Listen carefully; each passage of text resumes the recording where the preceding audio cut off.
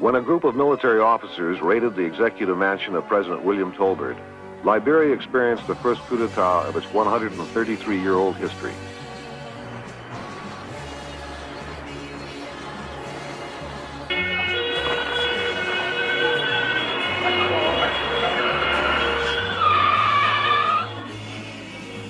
As news spread of the downfall of the Tolbert government, the general populace grew anxious. Tolbert's government had made their lives miserable.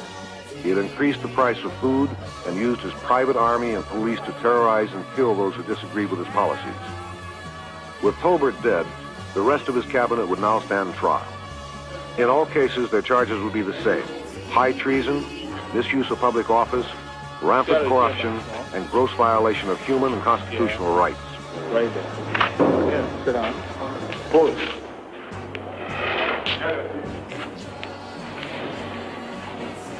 Promulgated by military decree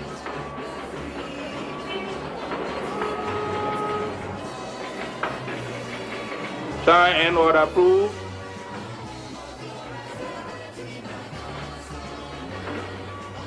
It is hereby enacted by the People's Redemption Council of the Republic of Liberia. 1.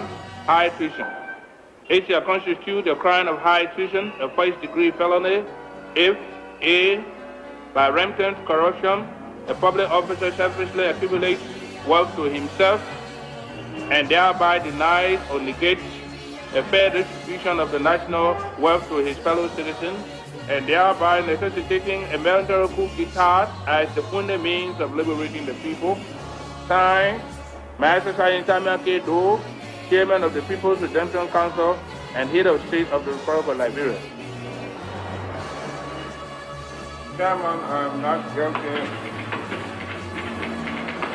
of any act of treason as outlined in the act by you which have just read, as proposing projects, programs,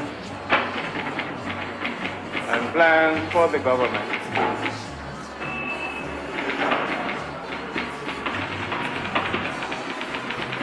Which were mainly intended to serve people.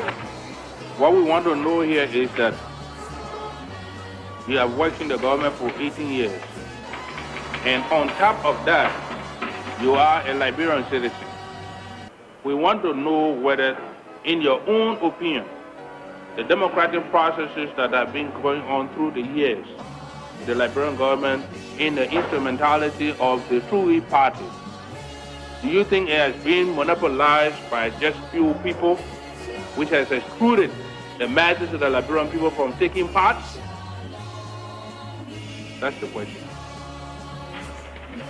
It has not taken into account the feelings of the masses of the people because the decisions were made by only a few people. The military tribunal tried 13 government officials of the Tolbert regime. All of them were found guilty and condemned to death by a firing squad. A public execution was to be staged on the beachfront of Monrovia, Liberia's capital city.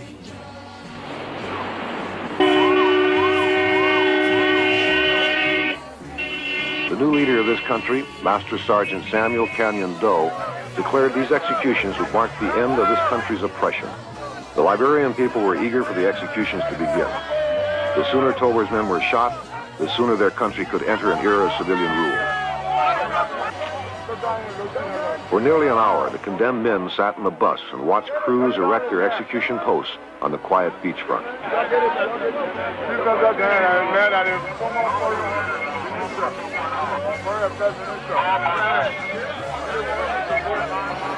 It would now be a matter of minutes before they would die.